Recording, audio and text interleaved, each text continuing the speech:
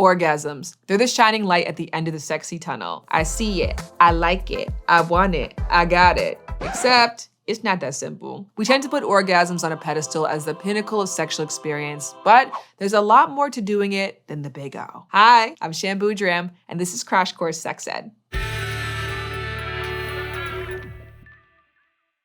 First, a note on language. Most orgasm research focuses on cisgender people, aka guys with penises and ladies with vaginas. So when we refer to men and women in this episode, those are the groups that we're talking about. Humans have always been more diverse than that, but there's not much research yet on trans, intersex, and non-binary experiences.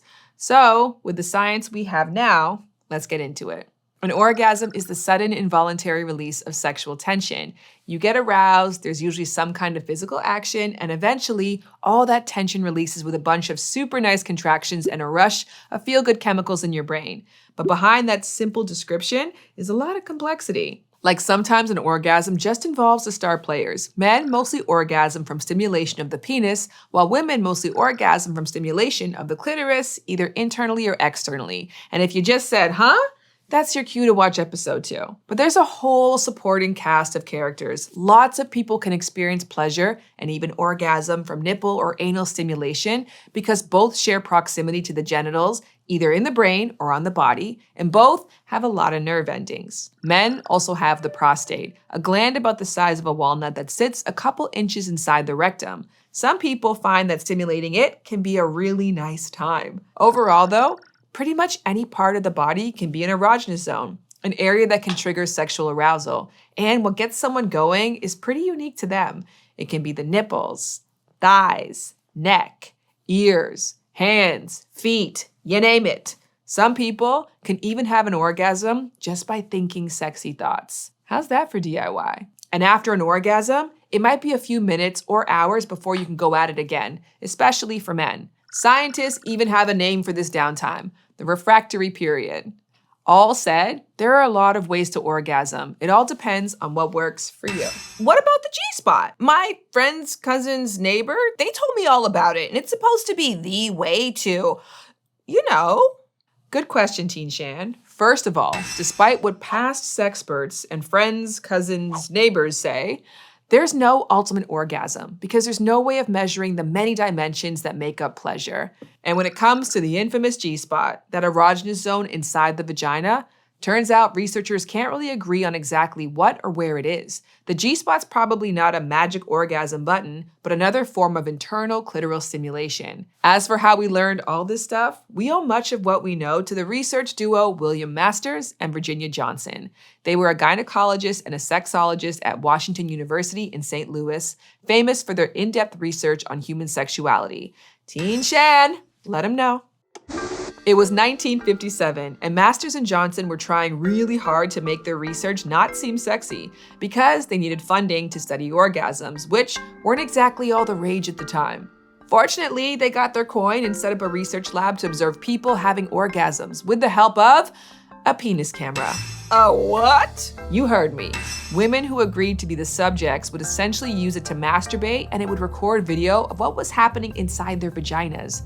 Masters and Johnson learned tons of stuff from observing hundreds of women, especially about how different parts of the vagina and vulva react during orgasm. And one of their most notable findings was a model they called the human sexual response cycle, a roadmap for how bodies respond to sexual stimuli, broken down into 4 stages: excitement, plateau, orgasm, and resolution. At the time, medical journals weren't willing to publish their research, so in 1966, Masters and Johnson published them in their own book instead. And after a lot of hate mail, Human Sexual Response eventually became a bestseller.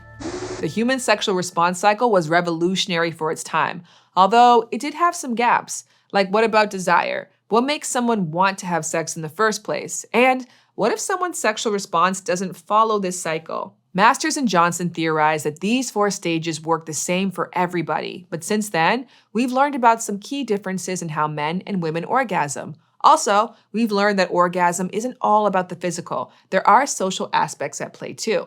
One of the more recent models that takes these nuances into account is called the dual control model, developed at the Kinsey Institute in the 1990s by sexologists John Bancroft and Eric Jansen. This model says every individual has their own set of offs and ons, like the brakes and accelerators on a car. Your ons might be physical, like someone kissing you just right. Or they might be social. Maybe your partner wore something attractive, smelled good, or did something nice for you that wasn't sexual at all. Maybe they just got the riz. Similarly, your offs can be physical icks, or they can be less tangible. Maybe you're tired, or maybe you can't get the dog to leave the bedroom and it really feels like they're just staring at you. These two control systems work in tandem throughout the whole sexual experience, determining if you want to have sex, if you can reach orgasm, and how that experience of the orgasm makes you feel. And because humans are a lot more complex than Wienermobiles, everyone's brakes and accelerators are different. When it comes to sex and gender differences, there is some evidence to support that women tend to have more sensitive brakes and men tend to have more sensitive accelerators, but those are just averages. In this study, these differences varied more from person to person of the same gender than they did between men and women. That said, we gotta talk about the gap. And I don't mean the store that your mom used to buy your basic teas from. Data shows that men are more likely than women to orgasm during heterosexual sex.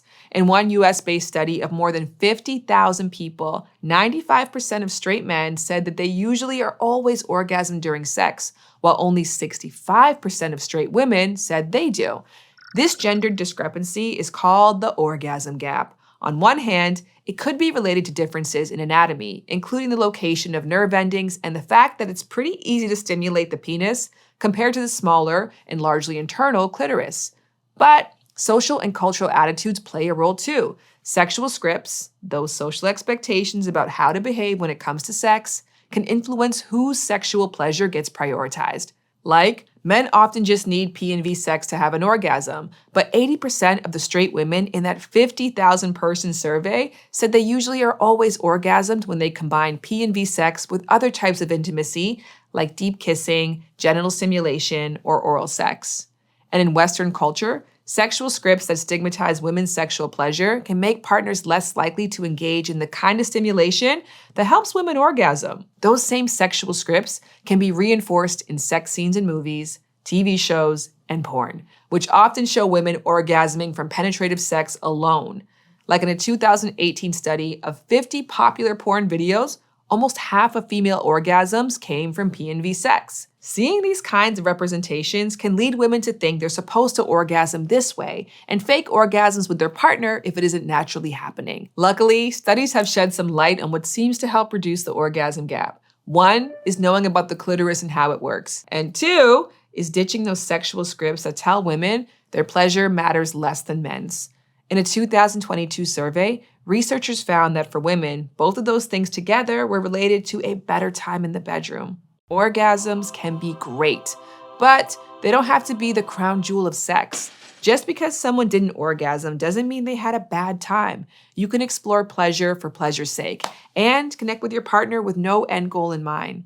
Like sometimes, I just want to drink a nice cup of tea. If a caffeine rush hits me, great, but if not, I still had a lovely cuppa. Orgasms can happen in a lot of different ways. All bodies have the potential for pleasure, but scientists are still learning about how orgasms work, especially outside of cisgender straight relationships. And while we haven't quite yet reached orgasm equality, some good ways to have more of them are by communicating with sexual partners and experimenting to find what feels good for you. We'll keep this conversation going in next week's episode on masturbation. See you then.